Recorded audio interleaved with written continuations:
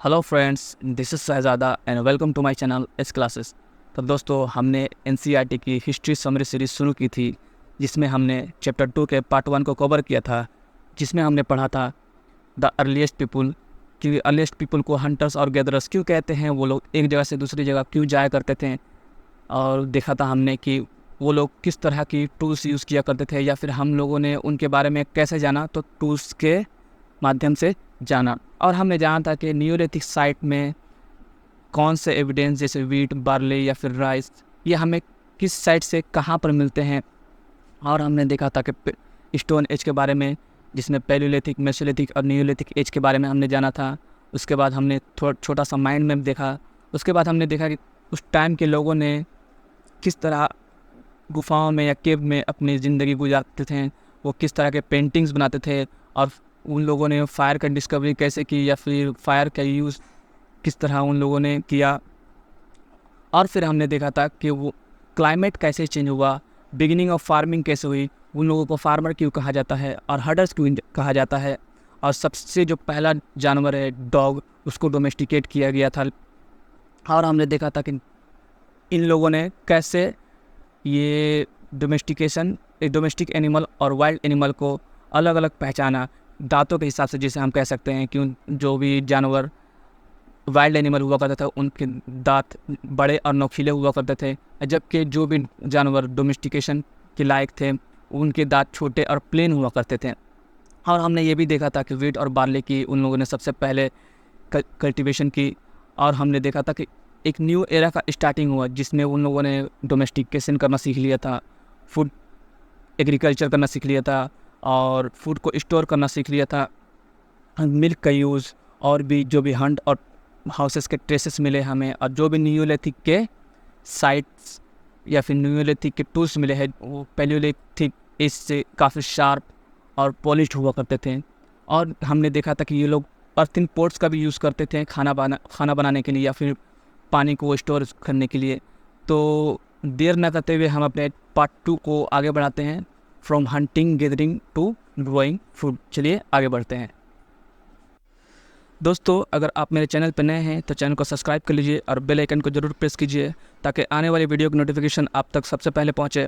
और अगर मुझे ईमेल के थ्रू कॉन्टैक्ट करना चाहते हैं तो वो भी कर सकते हैं। आप मेरे साथ व्हाट्सएप कम्युनिटी पर भी जुड़ सकते हैं।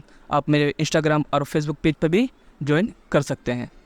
तो चलिए वीडियो को आगे बढ़ाते हैं। तो हमारा अगला पॉइंट है अ सेटल्ड लाइफ। देखिए, आर्कोलॉजिस्ट को बहुत सारे इंडियन सबकॉन्टिनेंट में बहुत सारे जगहों पे हट्स मिले हैं, जो कि ये शो करता है कि वो लोग किस तरह की ज़िंदगी गुजारते थे। उनके घरों के अंदर और बाहर कुकिंग हीटर्स मिले हैं, जो कि हम लोग पहले के चैप्टर्स में देख चुके हैं।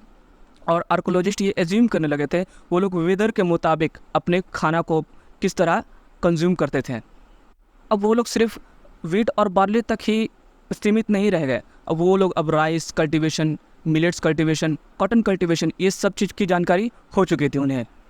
और जो भी टूल्स मिले हैं वो एक्सीलेंट कट और वेल पॉलिश्ड मिले हैं। सिर्फ इतना ही नहीं, बहुत सारे डिफरेंट टाइप्स के कुकिंग या फिर खाना पकाने की सामग्री भी मिले हैं, जैसे कि अर्थिन पोट्स। और सिर्फ इतना ही नहीं, वो लोग अपने घरों को डेकोरेट भी करने लगे थे। तो ये सब ये दर्शाता है कि वो लोग एक सेटल्ड लाइफ जी रहे थे। चलिए देखते हैं अपने अगले पॉइंट्स की तरफ। तो ये एक इंडस वैली का साइट है। इससे आप समझ सकते हैं कि जो पहले फार्मर्स और हर्डर्स हुआ करते थे वो लोग किस तरह अपने घरों को बनाते थे, किस तरह अपने घरों को बिल्ड करते थे, और हर एक घर एक ड्रेनेज सिस्टम से कनेक्ट हुआ करता था। लोगों को रहने के लिए अलग रूम, जानवरों को रहने के लिए अलग रूम। तो ये सब दर्शाता है क्या कि वो लोग एक सेटल्ड लाइफ और एक न्यू एरा की शुरुआत हो चुकी है। तो हमारा अगला पॉइंट है evidences of tools, house and pots. तो बहुत आर्कोलॉजिस्ट को बहुत सारे जगहों पे ऐसे टूल्स मिले हैं जो कि ये हेल्प करता है बताने में कि उस टाइम के लोग किस तरह के एक्टिविटीज़ में इंगेज रहा करते थे, वो लोग किस तरह अपने ज़िंदगी को या फिर डेली लाइफ को गुजारते थे। बहुत सारे स्टोन टूल्स ऐसे मिले हैं जो कि साइंटिस्ट और आर्कोलॉजिस्ट को मदद करता है कि वो लोग डेली लाइफ में क्या काम करते थे, किस तरह के वो फार्मिंग करते थे, किस तरह के टूल्स से वो लोग मीट को कट करते थे या फिर जो भी वेजिटेबल्स हो उसको चॉप करते थे। तो ये सब चीज़ें उनको पता चल गई थी। नियोलिथिक पीरियड में क्या हुआ कि वो लोग ग्राइंडिंग ग्रेन्स का भी यूज़ करना शुरू कर दिए थे। तो अगर पोर्ट्स की बात करें तो बहुत सारे अर्थिन पोर्ट्स ऐसे मिले हैं जो कि सिर्फ फूड स्टोरेज में नहीं बल्कि घर को डेकोरेट करने में भी वो लोग यूज़ किया करते थे। और वो लोग पोट्स में क्या फूड स्टोर किया करते थे? Wheat, rice, lentil. अच्छा, लेंटिल से आप लोग को याद है क्या कि लेंटिल हम लोगों को कहाँ पर मिला है? तो ये मिला है बुरजाहोम और गुफकराल में, that means Jammu and Kashmir में। अच्छा, अगर हट्स की बात करें तो कश्मीर में जो साइट्स मिले हैं वहाँ पर तो वेदर वैसे ही कोल्ड हुआ करता होगा उस वक्त में, तो वो लोग पिट हाउस भी बनाया करते थे, मतलब कि ज़मीन के अंदर खड्डा खोद कर वो लोग रहा करते थे ताकि वो लोग कोल्ड वेदर से बच सके। तो ये सारे पॉइंट्स बहुत ही इंपॉर्टेंट है, आप इसे नोट कर लीजिए। चलिए देखते हैं अगले पॉइंट की तरफ। तो बात करें अगर ट्राइब्स की, तो बहुत सारे फार्मर्स, हर्डर्स अब मिल के रहने लगे, एक ग्रुप में रहने लगे, तो वो लोग कहलाने लगे ट्राइब्स। अब यहीं से शुरुआत होता है प्री हड़प्पन सिविलाइजेशन की या फिर प्री इंडस वैली सिविलाइजेशन की। अब यहाँ से बहुत सारे कैरेक्टरिस्टिक इस ट्राइब में आएंगे जिसमें पीपल अपने अपने ऑक्यूपेशन में बिजी हो जाएंगे, जैसे हंटिंग, गैदरिंग और फार्मिंग में। तो बात करें अगर वुमेन की, तो वो लोग जो वुमेन उस टाइम के हुआ करते थे वो लोग एग्रीकल्चर वर्क किया करते थे उस टाइम में, लाइक सोइंग, हार्वेस्टिंग या फिर बोयाई या फिर कटाई फसल्स की। और जो मर्द लोग हुआ करते थे उस टाइम में जो जानवरों का झुंड हुआ करता था उसे चराने लेकर जाया करते थे। अच्छा, मैन और वुमेन दोनों के द्वारा जो बास्केट, टूल्स या फिर हट्स वो दोनों मिलकर ही अपना बनाया करते थे। और जो भी उस टाइम के यंग वॉरियर हुआ करते थे या फिर उन्हें लगता था कि ये हंटिंग में या फिर और भी किसी काम में बहुत ज़्यादा एक्सपीरियंस्ड है, तो उन लोगों को एज ए लीडर चुन लिया जाता था। देखिए यहाँ से स्टार्ट होता है मोनार्चियल फॉर्म ऑफ गवर्नमेंट, जो कि आप वैदिक पीरियड और उसके बाद के फेज़ में देखेंगे। और सिर्फ इतना ही नहीं, वो लोग रिगार्ड्स करने लगे, वो लोग पूजने लगे फॉरेस्ट को, वाटर्स को, ग्रासलैंड को, और वो लोग एक पूजनीय बना लिए थे। अब यहाँ से शुरुआत होगा वर्शिप सिस्टम की, जो भी हम लोग वैदिक पीरियड में पढ़ेंगे या फिर उसके बाद के फेज़ में पढ़ेंगे, तो उस सब की शुरुआत यहीं से हो रही है। देखिए ये एक ट्राइब का पिक्चर है जो कि ये दर्शाता है कि जो भी लोग वेल स्किल्ड हुआ करते थे या फिर जो भी एक्सपीरियंस्ड हुआ करते थे उन्हें क्या लीडर ऑफ द विलेज चुना जाता था। चलिए देखते हैं आगे। मेहरगढ़, तो ये एग्ज़ाम पॉइंट ऑफ व्यू से बहुत ही इंपॉर्टेंट होने वाला है क्योंकि बहुत इंडियन सबकॉन्टिनेंट में ये अर्लीस्ट साइट्स में से एक है जहाँ पर वीट और बार्ली की कल्टीवेशन हुई थी। और आर्कोलॉजिस्ट सिप और गोट के बोन्स से ये भी पता लगा पाए हैं कि वो लोग उस टाइम में किस तरह के एनिमल के मवेशी पालन किया करते थे।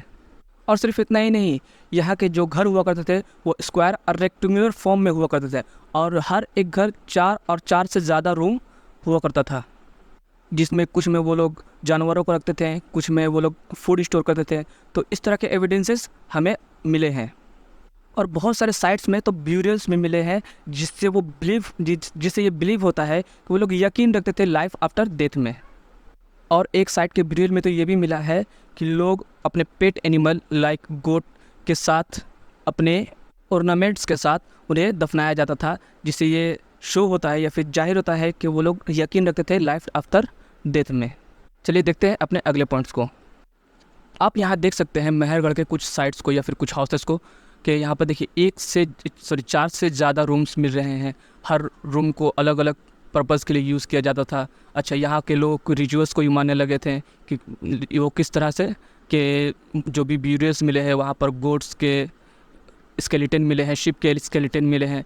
तो ये सब हमें दर्शाता है क्या कि वो लोग किस तरह की ज़िंदगी गुजारते थे, वो लोग क्या खाना पीना खाते थे या फिर वो लोग किस तरह के घरों में रहा करते थे। तो ये सब हमें दर्शाता है क्या, मेहरगढ़ के कल्चर को। चलिए देखते हैं आगे। देखिए ये इमेज दर्शाता है क्या कि जो भी लोग दफनाए जाते थे उस वक्त उसके साथ गोट को भी दफनाया जाता था ताकि आफ्टर डेथ जो लाइफ है उसमें किसी चीज़ की कमी ना हो। अच्छा, अगर पॉइंट्स की बात करें तो यहाँ पर हम ये पढ़ चुके हैं कि वीट और बार्ली वहाँ पर सबसे पहले कल्टीवेट किया गया था। शिप और गोट के बोन्स मिले हैं जो कि बताता है वो लोग किस तरह के जानवर को पालते थे। और जो भी हाउस हुआ करते थे वो रेक्टेंगुलर और स्क्वायर फॉर्म में हुआ करता था। और जो भी ब्यूरियल्स है ये बिलीव दिलाता है कि लाइफ आफ्टर डेथ उनका भी एक लाइफ होगा। डाव जाली हांडी, देखिए अब सबसे पहले तो आप कमेंट में ये बताइए कि डाव जाली हांडी हम लोगों ने इंडियन सबकॉन्टिनेंट में कहाँ पर देखा था। ये कुछ पिक्चर्स है डाव जाली हांडी के जो कि दर्शाता है कि वहाँ के लोग किस तरह के लाइफ जिया करते थे या फिर किस तरह के ज़िंदगी गुजारा करते थे, वो किस तरह के घरों में रहा करते थे। और ये एक एक्सक्लेवेशन है जो कि डाव जाली हांडी का है। ये देखते हैं आगे। तो डाओ जाली हांडी कहाँ पर मिला है हमें? ब्रह्मपुत्र वैली के पास मिला है, जो कि चाइना और म्यांमार के बॉर्डर पे पड़ता है। दिस इज़ इम्पोर्टेंट वन, या प्लीज़ नोट कर लीजिए कि चाइना और म्यांमार के बॉर्डर पे मिलता है। और इस साइट की बात करें तो यहाँ पर स्टोन टूल्स के साथ साथ मोटर्स और पेस्टलेस भी मिला है, जो कि ये दर्शाता है कि वो लोग ग्रोइंग ग्रेन्स का भी प्रोसेस वो लोग जान चुके थे।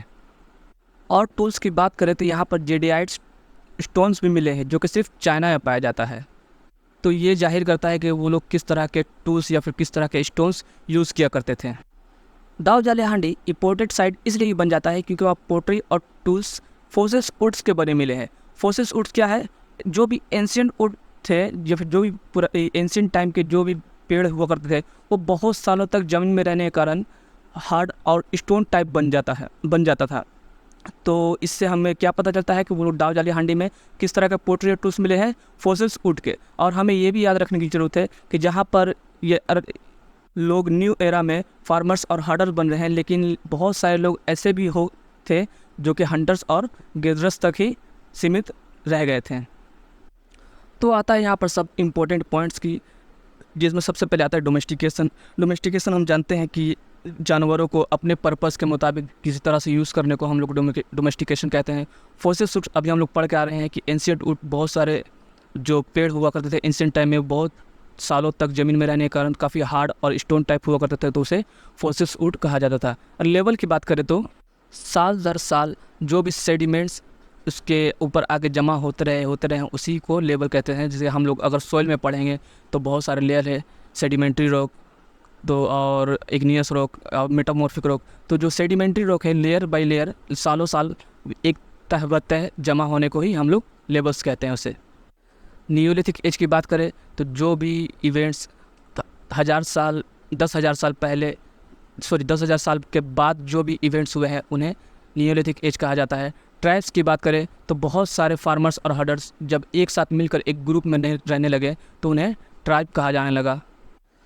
12,000 साल पहले हम लोगों ने सबसे पहले डोमेस्टिकेशन किया, फिर 10,000 साल पहले हम लोगों ने लियोलिथिक एज में इंटर किए, और 8,000 साल पहले हम लोगों ने सेटलमेंट एट महरगढ़ शुरुआत हुई। तो दोस्तों आज के वीडियो में इतना ही। ये हमारा चैप्टर 2 पूरी तरह से कंप्लीट हुआ। अगर वीडियो अच्छी लगी हो तो लाइक करें, चैनल को सब्सक्राइब करें और बेल आइकन को ज़रूर प्रेस करें। और अगर किसी तरह की क्वेरी या कॉन्टैक्ट की ज़रूरत हो तो आप मेरे व्हाट्सएप पर सीधा कॉन्टैक्ट कर सकते हैं। चलिए मिलते हैं अपने अगले वीडियो में, तब तक के लिए जय हिंद।